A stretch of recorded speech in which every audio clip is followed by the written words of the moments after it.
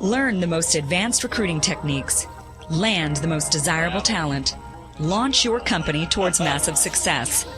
This is the Higher Power Radio Show with Rick Girard. Good afternoon, everybody. We're talking about unintended consequences of poor hiring process. Bad hires are the negative effect of an unstructured interviewing process, and a bad hire will manifest itself in the performance of your company. I'm Rick Girard, and welcome to the Higher Power Radio Show. Our mission is to discuss and deconstruct insights from top-performing entrepreneurs and industry experts. Every week, we uncover tested, tactical solutions to solve your company's toughest hiring challenges. Today, our guest is Mr. Richard Franzi, the CEO and founder of Critical Mass for Business. Rick is also the author of the best-selling book, Killing Cats Leads to Rats, Mitigating the Unintended Consequences of Business Decisions. He currently chairs CEO peer groups throughout Los Angeles and Orange County through his partnership with Renaissance Executive Forums, and he's the host of the Critical Mass Radio Show and podcast here on OC Talk Radio. Rick is also a nationally recognized thought leader on the power of peer learning for CEOs and business executives. Rick, welcome to the Higher Power Radio Show today. Rick, it's good to be here. Absolutely. Volume's a little down, but so we're going to cover a few things. We're going to talk about kind of your book, and we're going to blend it into what I do, so it's going to be fun. We're going to talk about unintended consequences, and we're going to be doctors and discuss kind of the symptoms, the diagnosis. You have kind of what we call a secure model secure model, which we're going to talk about, and then, of course, the prescription at the end. Good. So let's start with the symptoms. Companies hire for skills, right? I mean, where do you see are the kind of the biggest issues here in this process? Well, I have to give part credit to you and the presentations that I've seen you give to business owners here in Southern California. Thank you. Yeah, no, truly. And it kind of connected my book to your concept. So a lot of what we're going to talk about today is kind of real time because I just saw you most recently last week give this talk. And I think your point was valid that without a process, you're really left to sort of your behaviors, and you're not really controlling it. You're just sort of taking what life is giving you. Yeah. And I see that in business a lot, and that leads to unintended consequences. Yeah. Where there isn't a strategy behind the action. It's just we have a bias to doing stuff, and we feel better about doing things than thinking about things a lot of times as business leaders and CEOs. Yeah. When, in fact, if we just thought a little bit more before we did, we might get a better output. What is it? The poor planning. Oh God, I forgot the saying. But essentially, if you fail to plan, you should plan to fail, right? Right. Exactly. So I've been a big proponent of this for a while. As far as look at you've got to think about what your hiring process should look like, and how it's going to be attractive to people. Right. Especially in this market, it gets even tougher and tougher. Right. And so I see the lack of planning evidenced in bad hires. And that's kind of the premise of what we're going to talk about here today. Yeah. Because people focus on the symptom and not on the cause. And you can't solve the problem by trying to cure the symptom. You have to go back and find the root cause of it. There's a whole pharmaceutical industry that would probably disagree with you on that. All right. Well, we're only playing doctors today. We're not actually paid like them. We're playing it on the radio. Right. So now we could add that to our resume. We play a doctor on TV. On the radio. Right. All right. So, so winging it doesn't work. No. That's really what we're saying here. If you believe that your people are your most important asset, you should plan to bring in the right type of people and plan a process that attracts the right. One of the key things that I heard that I took away that I'm sharing, I hope you don't mind, with other people that I've seen since I've seen you talk is your process and the way you explained it to the CEOs that were in the room when I saw it was you want to attract a high performer. Yeah. And so you have to have a process that high performers resonate with. Yeah. And an unstructured, ill-defined, poorly constructed interview process does not seem attractive to a high-performing candidate, especially, as you said, in this job economy, when they're probably already gainfully employed. Yeah. It's not like they're out on the streets during the Great Recession where even good people were looking for work. Yeah. Right? Absolutely. That's so very true. Then let's ask the question, why?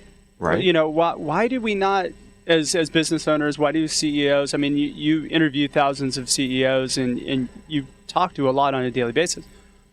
why don't CEOs kind of think about this part of their process as being a more important, it's actually probably the most important piece to their hiring process? I think they're uncomfortable with the process. I think it's a very real situation. You're sitting across the table from another human being.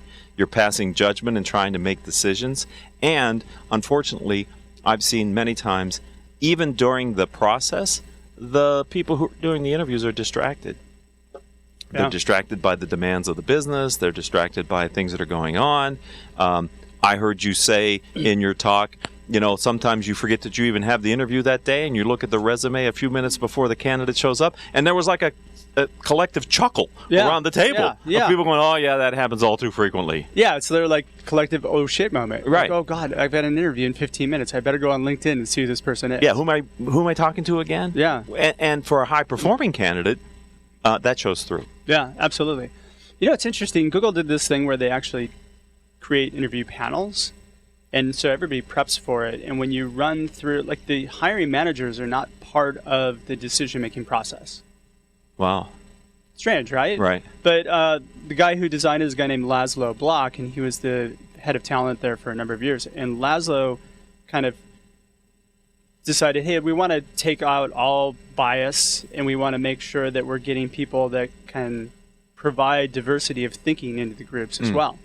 So that's why they designed their hiring process that way. Makes sense. And they've shifted completely away from the, hey, you're the size of a quarter and you're in a blender, how do you get out type thing. Okay, because the secure model, which we write about here in Killing Cats Leads the Rats, which is the third book in the Critical Mass book series, the S in the secure model is to slow down the decision process. And what we don't mean is don't make decisions. What we mean is be more methodical about how you approach a major decision. Yeah. And I will argue that your hiring decisions are the most important decisions you're going to make in your company, because I believe an engaged workforce is the number one competitive advantage that a company can have, and that starts with your hiring process and bringing in people who have the likelihood of being an engaged employee in the first place. Now, I saw your video in your keynote that you gave where that was something that you kept driving home, was that your workforce is the most important thing. Right? So you got to keep them engaged, and you got to attract the best people. Right. And by in the S model, the S of secure, what we're talking about is take time regularly to plan for your company's future. Yeah. And I would say take time regularly to plan for your employment future and the type of people that you need. Don't wait until you have an emergency, either because you lost a person or you have a growth opportunity, to figure out what kind of person that you should have. It should be just pull the plan out of the desk and go, okay, now how do we update this and move forward? Well, and you should, it's hard to do, right, when you're not actively hiring, but you should always be in the mode where you're always interviewing. Yes. And so you should be building an active pipeline. We had a guest on last week who basically they have roles that they kind of rotate through, and they consistently interview every week. They don't necessarily need that person, but if they find a really good person, they'll hire them, and then they'll build the work around them. Right. Which is a really smart way to build your talent base. The other part of the S, slow the decision down, is don't make it emotional. Resist making emotional decisions. Daniel Kahneman wrote a book, Thinking Fast and Slow, and we borrow from that book in Killing Cats, in that there's two systems in your brain, fast and slow. Fast is largely intuition and emotion-based, because emotions are the memories that are the most vivid. Thinking slow is more of a planned, methodical work. And while you need as a leader to do both, matter of fact, most successful CEOs pride themselves on their gut, their ability to make quick decisions under fire. And that's all bravo, and I love that. But when it comes to creating your culture, I would argue you need to think a little slower, use Daniel Kahneman's work, and think about the second part of it, which is really divorce yourself from the emotion of the moment, the interview. I love this person. Everything they say is fantastic, to really having a system from which you can judge objectively the qualities of the candidate to fit your company. Yeah, and I found that's most effective through asking behavioral interview questions. Okay. And that's part of the structured piece, right? Right. A statistic that I saw not too long ago was if you have an unstructured interview, you basically have a 6% chance of hiring the right person. Which I would say is all too common, right? But you know more than I, because you work in that environment. But I think a lot of them aren't structured processes, especially for small and middle market companies. And yeah, especially for small companies, you know, and I found startups, and I'm around kind of a lot of small, you know, maybe 10 people startups. They just look for skills. This guy has the skills we need. We'll try and figure out how we can work with him. Right. And, you know, that's always, and they might get lucky and that might work, you know. If there's some other kind of piece that they look for other than the skills, like maybe the passion for the project or something like that, they have a better chance. But if you're just looking at kind of skills, that's a recipe for disaster as well. Right. Now, making a bad hire, what are the consequences? Well, I think the consequences show up in the performance of the company. Yeah. I think it shows up in the culture erosion that you have. Morale of the people. The morale of the people that are around you. You know, don't forget that, in my opinion, employees know good performers from not as good performers. Oh, yeah. And leadership largely many times is predicated on the leader knowing that who really is moving the business and who's not. Yeah. The quickest way to lose a high performer, in my opinion, in my experience, is to reward the poor performers like they're high performers. Because the high performers go, well, Paul doesn't even know who's doing the jobs here. How's he possibly going to recognize what I'm contributing? Because he's sort of blind to the actual performance. So an unstructured, poorly defined interview process that brings in candidates who maybe on paper have the skills but don't really demonstrate the experience and have the cultural fit, over time erodes your company into being mediocre, in my opinion. My mentor used to say, B players hire C players, C players hire D players, and then the B players leave and you're left with C and D players. And then you've got a scenario where, you know, oh crap, what do I do now? Right. And I'm sure that happens in a lot of companies. One bad hire will, in essence, probably infect, here's our doctor reference. Oh, yes. Yeah, we've got about that. Will infect at least 2 people around them, right? So if you've got a small 10-person company, that's 30% of your workforce that's low productivity. Right. Whew, that's not good. No, and Jim Collins calls them terrorists on board. You know, I like it. 68% of the American workforce is not actively engaged in the company that they're working for. Yeah. So, this is a well-known statistic. It's measured every year by Gallup. It's undeniable fact. Yeah. It is not folklore. It's researched by Gallup and others. Oh, absolutely. It's a proven fact. Yeah. So it's the rare company that has a truly engaged workforce and culture. And I can confirm that because 7 out of 10 calls that I make, I usually get somebody who's responding back to me. Okay. So that's anecdotal confirmation. Maybe I'm just that good. I don't know. I don't know. Maybe you find the pain as a doctor. You probe for the symptoms. I do probe for the symptoms. There you go. All right, so we're going to take a quick break. We're talking to Rick Franzi, CEO and founder of Critical Mass Business. When we come back, we're going to talk a little bit about your secure model. Okay. I want to delve into that, and we're going to provide a prescription to your woes. There you go. We'll be right back.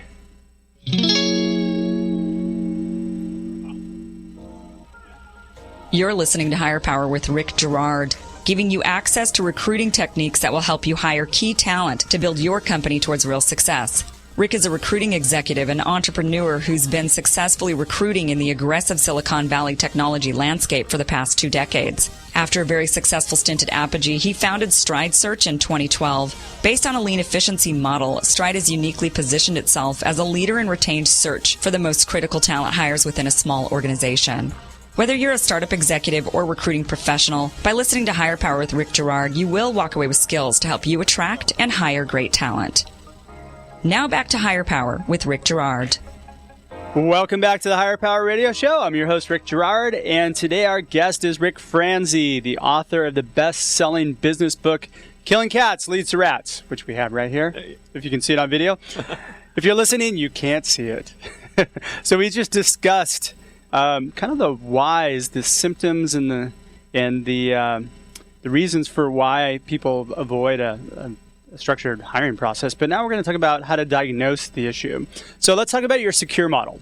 Okay. So you started to mention the S, right? So secure is an acronym for, explain that to me if you could. Yeah. So, to make it memorable, you need an acronym that people can remember. Sure. So for this book, our acronym is SECURE, where every letter stands for a strategy to help avoid, reduce, or mitigate unintended consequences. We talked about in the first block a little bit about the S, which is to slow down the decision process. And again, by way of review, I'm not saying to slow down your decisions, but you need to put a process in front of your strategic decisions. Not every decision that you make, but I will argue that most employee hires that a CEO is making in the small to mid-sized companies is a strategic decision. Absolutely. It's hard to imagine when, like you said earlier, if you have 20 employees, that one new employee isn't really a strategic add to your team. And most CEOs can probably quote the saying that goes around, which is slow to hire, quick to fire, right? So, but do they practice it? Right. Yeah. I think it's the opposite. Yeah. Many times, unfortunately. Yeah. So, I agree. Okay. So I think we covered in the first block the need to deliberate about the future and then act deliberately once you've made the decision and adhere to a process and a strategy of hiring. I can't agree with you more. Okay. All right. The second one is to expand your knowledge base. Okay. What we found is a good way to reduce or mitigate unintended consequences is to capture all the knowledge available to you. And so we say you assess the information and knowledge that's in your company. Many times when you're making a hiring decision, I would advocate it's a good idea to make sure you get the input of the people that person might be working with or for. Yeah. Right? And to think about what else do we know about this position inside the company that we can formulate the job description, the expectations, etc., the compensation before we go to the market to try to find that person. So it just to add to that, then that would be really, if you're expanding your knowledge, then you're looking to hire up too. Right. Right. Bring people in who have additional knowledge that you don't possess. You can learn from. You can learn from. Yeah. Maybe they have an experience that would be the experience that you want them to grow into. But I also would say don't be fooled just by that. Just because someone's been there, done that in a different company, doesn't mean it's going to translate to your culture and your environment this time around. No, it doesn't. I mean, if you're asking somebody to do the same thing that they've been doing at their current job, they're not going to be that passionate about it. And then there's that. Yeah. And the other part of the E is to access information outside of your company. Okay. I find small companies sometimes are running so hard, they don't stop for a minute and either talk to a peer CEO about, needing to hire a position, or maybe more traditionally in this position, to hire consultants who can help you to build a process that will be more robust and more accurate. Yeah, absolutely. Don't try to do it yourself. This isn't a DIY thing. This is lean on people, right? Yeah. People who have experience and know how to create a process that you can lean on a bit because you don't have to create it yourself. Okay. So that would be the E in the secure model. Okay. Can I continue? Yeah, please do. The C is very simply to clarify the desired outcome. And what I really loved about what I heard you present is to attract a high-performing person, you got to show them what's expected of them. Yeah. And by being able to tell them, this is what the goals we think you're going to need to accomplish in the first period of time, maybe 6 months, here's a year, this is where it's going after that. I find that high-performing people like to understand what's expected of them and what resources they're going to be given to accomplish those goals. That's why I call it a syllabus for success, because you get a syllabus in college, right? You go to a job, what do you get? Well, here's some skills we kind of want, and make it happen. Right. Surprise. Here's a job description for the last guy that, for whatever reason isn't here anymore. Yeah, and he didn't make it, Right. No, so I think the premise again, and I love what you position, you want to attract high-performing people, so you have to create a process that they enjoy from the get-go. Absolutely. So that they'll think positively about being a part of your organization. And so clarifying the outcome, which is the C in secure, is really what you said, in my mind. It's building that roadmap to success and clearly articulating what you expect of them. Yeah. And a high-performing person will go, well, that's a challenge or not. And they'll know early on. And if it's a challenge, it may be the compelling reason why they come to work with you, irrespective of even your company. Yeah, absolutely. So. And I found that when you focus on that, when you find somebody who's really up for that challenge, who really wants it, they're going to go that extra mile to accomplish it. Is it your experience that they actually add more to it? Going, well, yeah, I could do that, but have you thought about me doing this as well? Yeah. So you actually get a more robust outlook of what they could accomplish. And when you get to the end of the hiring process, it's not about the money anymore. Right. It's a challenge. It's about, hey, I'm I'm getting that piece of my heart back that I've been missing at that dead-end job I'm in right now. Right. Yeah. And this happens at every layer. I mean, at every level. I mean, you could you could talk from the janitor all the way up to the CEO level. I mean, everybody wants something more. Right. Right. You're right. And in the right culture, everybody, I think most employees have a chance to be a fully engaged employee. Yeah. It's a mismatch between the culture, the expectations, and the employee that creates this 68% of the people who are not fully engaged at their work. Now, what's the U? Well, the U is unify the team. Okay. In the book, what we talk about is make sure you're not a micromanager. It's the quickest way to kill teamwork is to be controlling. And we talk about 6 ways of delegation. The way not to be a micromanager, 2 things, simply. Effectively delegate.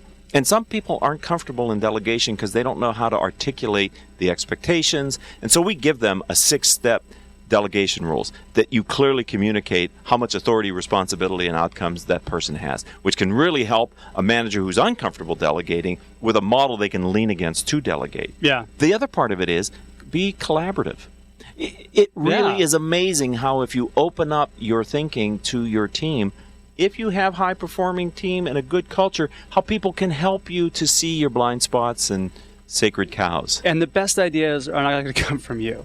Right. They're going to come from the others around you. Right. And if you have a job opening, I would think to apply the secure model to this process, ask the people around that job what's missing. What would make this job even more impactful, and how could we maybe redesign it? This is an opportunity because we're going to hire a high-performing person. So what else can we give them, or what should we be giving them in this job? Because my experience is if you have a project and you let people contribute to it, even if the person said, I like the color of blue on my cover, when the book comes out, that person feels ownership to the book because, look at this book, I helped to create it. I picked the color of blue. Yeah. Even the smallest things, people can become aligned to your goals because they feel involved in collaborating on it. Yeah.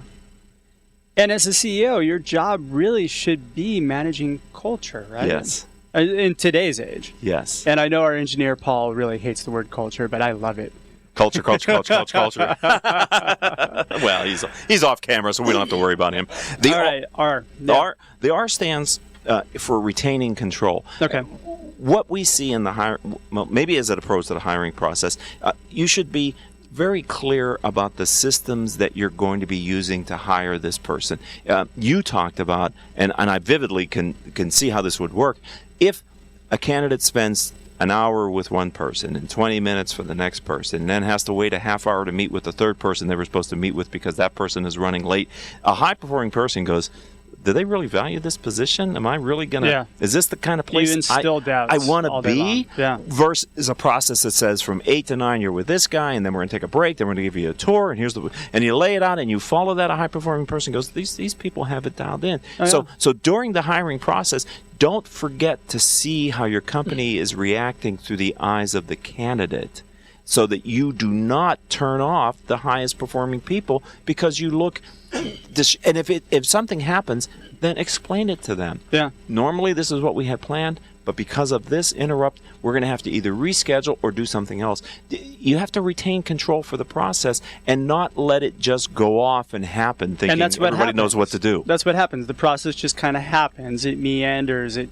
dies, right? It could live or die based on time. Right. Right. Time and quality of interview, because in your talk I heard you say every interviewer should have a knockout question. Some question that culturally says, regardless of how much we love you, your answer to this means, I'm sorry, we're going to stop the interview at this point. And that's retaining control, allowing the individual to go, well, you know what? They didn't answer the knockout question right, and so I called a halt to the interview process. Yeah. And it saves everybody time. You can actually give the feedback right there and say, hey, look at this is one of our core values. You know, I learned a lot of this from, I went through the interview process a few years back at Amazon. I had a friend who works over there, and he tried to bring me on board. Okay. And it was really impressive how I was there for a long time, and they grilled me, but the timing was like, boom, on point. I didn't have to wait. One person took me to lunch. We had, it was structured out. And I was like, wow, this is, even though everybody complains about how hard it is, and they tell you, like, we expect a lot out of you, the interview process was impressive. Right. It just was. Right.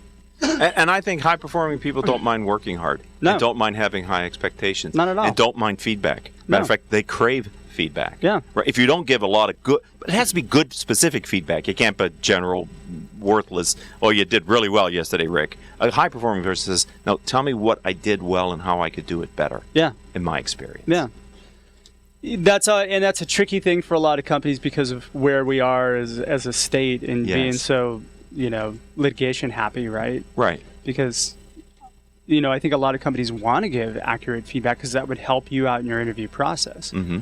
But you can't tell people sometimes some things, I would imagine. Right. Yeah. The E in the secure model stands for ensure you stay outcome focused. And I'm going to come back to the point that you made, which we've talked about earlier in the interview, which is what I see this to be is really understanding the impact that this position is going to have on the company over the longer term, and possibly where this could lead based on high performance results, where this position, especially in a small and middle-sized company, you have a great opportunity to home grow your talent, come up through the culture, and become the future leaders of your culture. Matter of fact, my experience in working with a number of them, the healthiest cultures are where the person says, you know what, I started here as the receptionist, and now I'm the president. Yeah. And we have that kind of culture.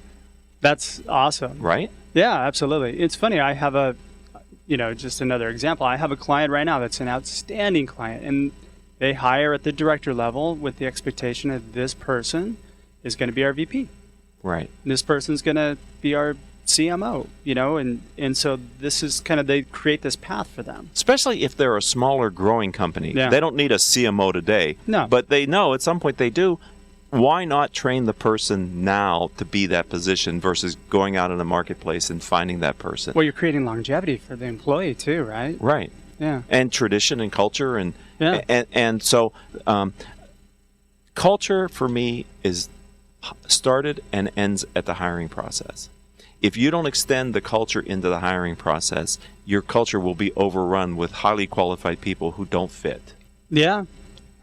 Then there's a lot of organizations that are like that. Right. And people go in the company go, how come we're not the kind of company we were when there was 20 of us and we were all here till 11 o'clock at night and all giving it our all, and now we're out of here at 5 o'clock. I mean, there are stories of companies, and I won't name names because we're on the air, but there are stories of companies who lose the magic sauce to the culture. And I think that's because they're not front-ending their hiring process with a heavy dose of culture. Do you think it comes they become too big for that too at some point, where they feel like it doesn't scale, so it doesn't matter so much I think anymore? it's a comparative advantage of smaller companies that it's easier to have a good culture when you have less people. Yeah. The few big companies that maintained a great culture, we write books about them, we revere the CEOs. How long have we talked about Southwest Airlines as being different in the airline industry because the people actually liked working there? Yeah. And they made the experience fun for the passenger. Right? Yeah. Well, that's just not because that's not just because they hired well. It's partly that. It's partly because they know the kind of people that fit the playful environment that was the origin story of Southwest Airlines, and they made sure to bring those people in, and they never forgot that that's the kind of culture that they want, so they don't make policies and procedures that block the front-end customer service people from letting their customers enjoy the experience. And that's a great example of culture that they've stayed true to. Yes. No matter what scale. Right. And to Herb Kelleher's credit, I mean, he created the culture, but he was able to find a successor who she could maintain it, and the company can move forward. Now, a lot of the airline industry is making a lot of money now. So the days of airlines going bankrupt are in a distant past, but, cycles come back. Yeah. Southwest Airlines has been able to consistently deliver high-performance financial results as well as outstanding customer loyalty and support. I love it. All right, so let's talk about our prescription. Yes. What's the medication that we need to give, the takeaway we can give right now to our listeners? Well, I would hope that they would retain some of what we've talked about with the secure model. Yeah. But I think actually what's more practical is to work with a practitioner who understands how to apply best practices in the area of hiring. I may be biased, but I think you're certainly one of those here in Southern California. I really appreciate that. I really do. Yeah. Your concept that you've shared of a career wound and having people understand that there's maybe something in that 68% of the population that isn't fully engaged at work that's missing, and seeing if you can deliver on that is a great way to attract people who could give more to their job than they're currently giving. Yeah, that is so very true. Well, I'm going to leave it at that. I couldn't even say that better myself, so thank you so much. So we're just about out of time for today's show. Rick, thanks for your time investment today, and I want to welcome you to the Higher Power Radio community. I love being a part of this community. I know. Thank you for I love having being me. part of yours. Now, all right, so we've got a book, we've got everything. How do people get in touch with you? Give me your 411 here. Yeah, I think the best way to reach me on social media is LinkedIn. It's the primary platform that I use. I'm Richard Franzi, Franzi. Richard Franzi on LinkedIn. If you connect with me on LinkedIn, we can lead you to the books and the other peer groups that I do. I really just want to engage in a conversation with Southern California business executives and share ideas and learn from each other if you're interested. And absolutely. And I had a chance to make it about 3/4 of the way through the book over the weekend. I didn't finish it, but I love it. Do you? Yeah. I love the concept and actually where the killing cats leads to rats story came from was fascinating. I knew nothing about that. So. Pope Gregory the IX, 1400s. It's in the book. Read about it. So the Pope messed up. No, I'm just kidding. He's the first person to put in writing that black cats were in his word, the vessel of Satan on earth. And people today are still somewhat sketchy about black cats. Here we are, hundreds of years later, and people still have that bias in their mind. Thank you, Pope Gregory. So I want to thank our listening audience for tuning in to this week's episode of Higher Power. A quick thanks to our team, our engineer, Paul Roberts, our producers, Andrea Ballion, Shanti Ryle, and Kim Iverson. To listen to this show or any past episodes, you can check us out at Higher, that's Hire, powerradio.com, or Higher Power Radio on iTunes, Stitcher, and YouTube. Follow us on LinkedIn and Facebook at Higher Power Radio, or you can follow me on Twitter at Rick_Gerard.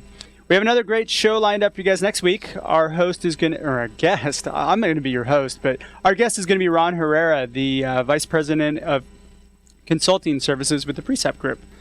I'm your host, Rick Gerard, and you have been listening to the Higher Power Radio Show. Aloha. Thank you for listening to Higher Power with Rick Gerard on OC Talk Radio.